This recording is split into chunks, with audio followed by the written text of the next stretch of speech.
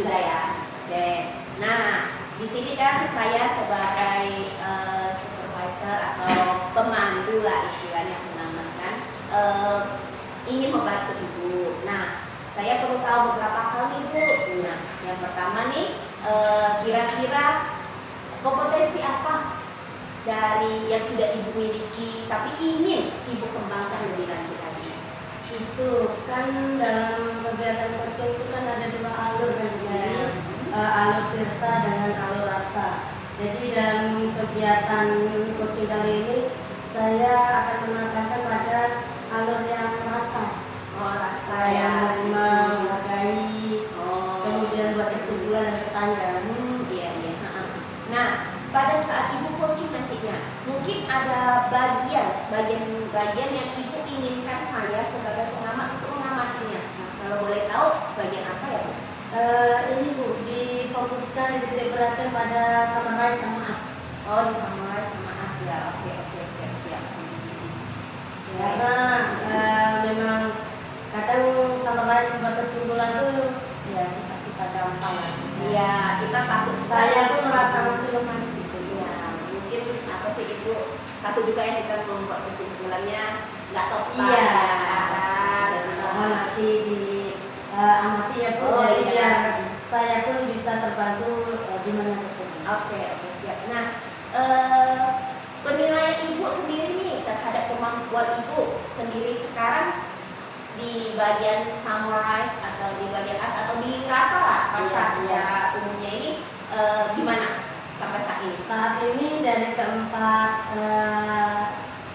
dari rasa itu dua yang mungkin saya merasa lebih unggul dari yang lainnya itu di receive Oh iya, sama appreciate. Nah, iya. jadi saya insya Allah bisa menghargai dengan siapapun, siap menjadi pendengar yang baik dan aktif juga, dan bisa menerima keluh kesah kawan. Nah, itu sudah sangat baik sekali Bu. Ibu sudah bisa menerima, sudah bisa menghargai. Oke, nah harapan Ibu nih tentunya harapan Ibu dari observasi yang akan kita lakukan bersama ini apa? Harapan saya tentu saja coaching itu bisa terbuka untuk bisa menggali kompetensinya. Oh iya. Dengan saya hanya menuntun, ya tidak memberikan solusi. Jadi diharapkan dengan saya coba menuntun, mungkin dengan pertanyaan-pertanyaan yang memantik ya. Jadi beliaunya nanti bisa menemukan solusi dari permasalahannya sendiri.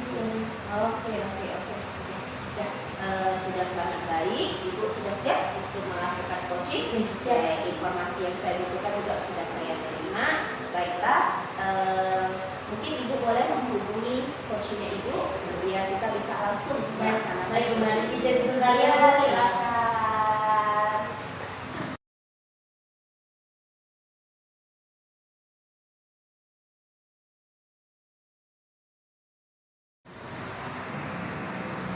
Selamat sore Pak Pri. Sore Bu. Kenapa Pak Pri? Kok kayaknya lain daripada yang lain, biasanya kayak apa aja? Ngoceh, cerita, kok kayaknya kusut benar nih. Itu ya Bu ya. Kelihatan banget Bu ya. Kayaknya aku sedih dulu ya. Karena nggak seperti biasanya Pak, kelihatan sekali lah. Gitu lah. Biasanya kan aktif luar biasa. Apalagi sekarang ini kok lain. Ya. Ada apa nih Pak? Sebenarnya itu ya kalau tidak masalah ya masalah, kalau enggak itu enggak ada masalah. Jadi cuman ini Bu, jadi saya pengen butuh teman cerita atau curhat Bu. Gitu, Jadi ya. untuk masalah ya permasalahan di sisa-sisa lain gitu Bu. Jadi pengen cerita aja lah Bu gitu.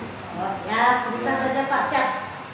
Semoga nanti dengan Bapak bercerita dengan saya pun bisa membantu sedikit mencerahkan. Nah, Jadi apa nih yang mau dibicarakan di sini nih, apa yang Bapak inginkan dengan kita berbicara diskusi?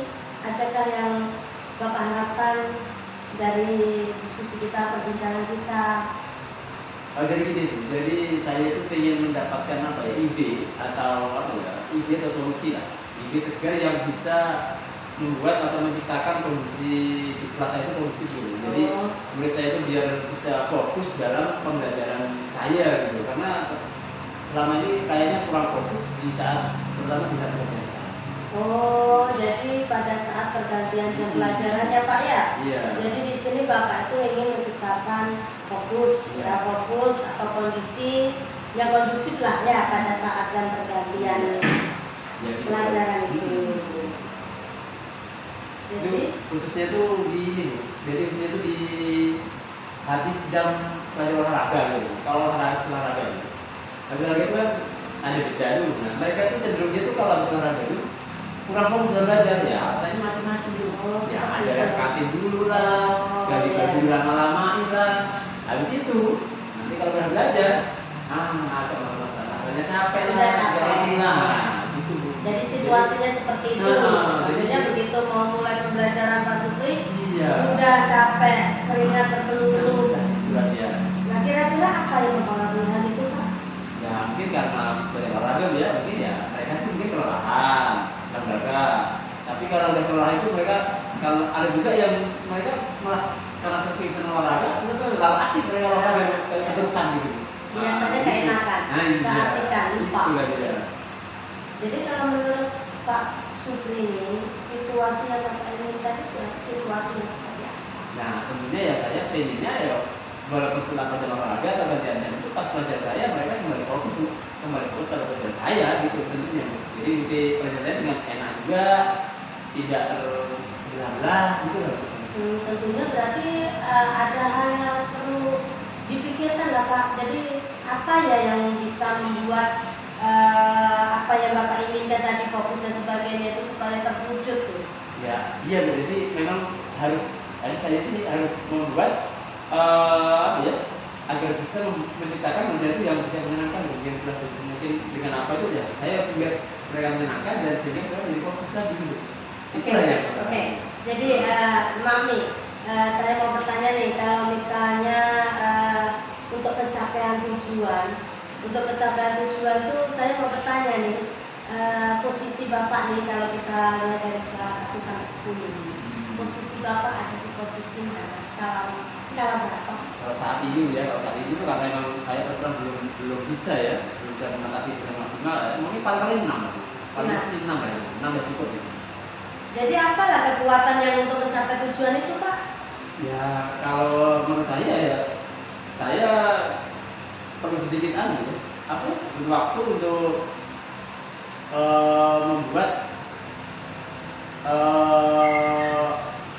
mungkin kita belajar itu dalam apa ya dalam membelajar atau saya gitu. Ada hambatan nggak Pak dalam Bapak ingin mewujudkan tujuan itu? Ada hambatannya tidak atau gangguan? Pasti ada lah, mungkin ya hambatan itu. Apa Ya. Pak hambatan yang Kalau hambatannya ya tentunya hambatannya tuh saya harus punya waktu sendiri untuk mengintegrasikan pembelajaran sosial itu dan integrasi itu dalam apa saya berarti rencana pembelajarannya Iya. lebih ke rencana pembelajarannya begitu ya Pak ya? Iya. Jadi menurut Bapak solusi apa yang dapat diterapkan untuk meminimalir hambatan yang terjadi ke hambatan yang ada itu? Nah kalau menurut saya untuk meminimalkannya ya saya harus cepat untuk membuat belajarnya sehingga menyesuaikan dengan kondisi siswa. Jadi kita memasukkan atau mengintegrasikan nilai sosial itu dalam hari saya dan saya terapkan cepatnya. Oke kalau begitu. Jadi sekarang rencana Pak Supri ini apa? Jadi saya berencana untuk menerapkan pembelajaran sosial emosional ini dalam kelas, terutama praktek untuk jalan penuh sama itu. Jadi bagaimana caranya biar anak itu memberikan fokus mereka setelah olahraga. Strateginya apa Pak yang akan Bapak terapkan Nah, untuk pembelajaran itu tadi sosial emosional di kelas tuh? Ya, kalau kemarin yang kita pelajari itu saya mungkin akan menerapkan teknik stop, jadi ambil nafas dan sebagainya. Selain itu mungkin saya juga bisa menggunakan musik yang bisa mengiring ataupun juga ice breaking Dan juga mungkin bisa saya juga membuat ini posisi singkat atau pertanyaan yang bisa membuat apa ya, membuat siswa itu lebih tertarik dan senang untuk Iya, menyelesaikan. motivasi lebih semangat. Jadi kriteria keberhasilan dari rencana Bapak ini apa ya? Apa kriterianya? Kriterianya sebenarnya simpel aja Bu. Jadi saya membuat kriterianya kalau misalnya pas belajar saya anak-anak itu merasa enjoy, senang, fokus, saya itu tadi saya itu berhasil. Oh, bagus kan tuh Pak. Iya. Jadi untuk strategi berikutnya setelah sesi ini ya Pak ya. Setelah sesi ini apa yang dilakukan Bapak nih dari alternatif yang tadi sudah Bapak jelaskan di depan. Nah, jadi di sini apa? Yang mana alternatif mana setelah sesi ini yang mungkin akan dilakukan duluan? Yang akan pertama ini segera akan saya siapkan pastinya saya menyiapkan perencanaan dulu ya, perencanaan yang saya masukkan dalam RPP sama belajar itu perencanaan pertamanya itu. Oke, Buat RPP-nya. berarti di RPP-nya rencana pembelajarannya yang emosional, Iya. emosional tadi ya, Iya. sosial emosional. Oke. Sekarang target untuk melaksanakan rencana aksi tersebut. Jadi target Bapak ini untuk rencana itu tuh kapan nih Pak? Target sih sebenarnya dulu targetnya itu cepatnya lah karena ini biar cepat. Cuman karena ini kebetulan sudah ya akhir semester semester ganjil, jadi ada waktu lah untuk membuat RPP itu. Nah, target saya di awal benar saya sudah melakukan itu. Awal Kurang lebih 1 mingguan Iya. ya Pak ya. Oke. Sudah Jadi saya lakukan. kurang lebih 1 mingguan. Jadi kita tahu dalam 1 minggu ke depan nanti progresnya di mana ya Pak ya. Nah, Jadi progresnya 1 minggu ke depan itu benar ya. Jadi saya kan juga karena sekarang ini Bapak kan curhatnya dengan saya, jadi otomatis saya ingin tahu juga. Nah, iya. ya, jadi untuk progresnya itu bagaimana janjian ya Pak ya? Iya. Berarti cek lagi kita saya bilang ada sedikit. Oke, jadi nanti kabari saya ya Pak kalau memang sudah Iya. sudah mau melaksanakan rencananya itu, ya saya setuju sekali. Jadi nanti Bapak kabarkan saya ingin tahu juga progresnya ya. Ya. Terus dalam melaksanakan itu ada perlu dukungan kah? Ada kah yang mendukung Bapak dalam menjaga komitmen tersebut lah tentunya supaya mendukung lah supaya bisa berjalan lancar. Ya Bu, saya pun sangat mendukung Bu.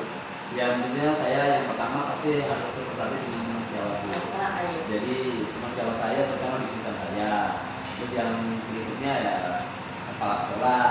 Terus yang paling penting juga dengan ini Bu. Saya karena nanti kalau melakukan itu saya kayaknya perusahaan. Jadi saya harus koordinasi dengan anak-anak. Luar biasa, berarti komitmen Bapak itu adalah berkolaborasi, ya berkolaborasi dengan rekan-rekan kepala sekolah, ya, jadi supaya membantu merefleksi diri, evaluasi dari apa yang sudah dikerjakan ya Pak ya. Oke Pak, pertanyaan terakhir ya Pak ya. Jadi dari hasil kita bincang-bincang, sekarang tuh jadi bisa lihat senyum Pak Supri juga nih, yang tadi ya kusut benar ya, tak biasa. Jadi dari hasil bincang-bincang kita dari awal tadi, apa yang Bapak dapat ambil pembelajaran atau kesimpulan dari diskusi kita? Setelah saya ngobrol dengan Ibu, curhat dengan Ibu ini, alhamdulillah lah saya ada pencerahan ya, ada pencerahan untuk mendapatkan tadi yang awalnya saya bilang ide dan dapat ide bagaimana cara memberikan fokus anak lah setelah mereka selesai olahraga, yaitu dengan tadi saya mau cara pakai teknik stop, terus mengintegrasikannya ke dalam RPP dengan ice breaking, dengan kuis sehingga anak-anak bisa bersama. Keren Pak, semangat, semoga rencana aksinya nanti lancar dan hasilnya juga baik dan bermanfaat juga untuk siswa dan rekan guru yang lain. Mohon maaf ya sebelumnya waktu sudah saya Oh iya Bu, terima kasih Bu ya. Jadi saya mohon izin. Terima kasih Bu. Semoga nanti ada kesempatan lagi kita bisa diskusi lagi ya Pak ya. Ya, siap. Izin permisi ya Pak. Assalamualaikum Pak Supri. Waalaikumsalam Bu.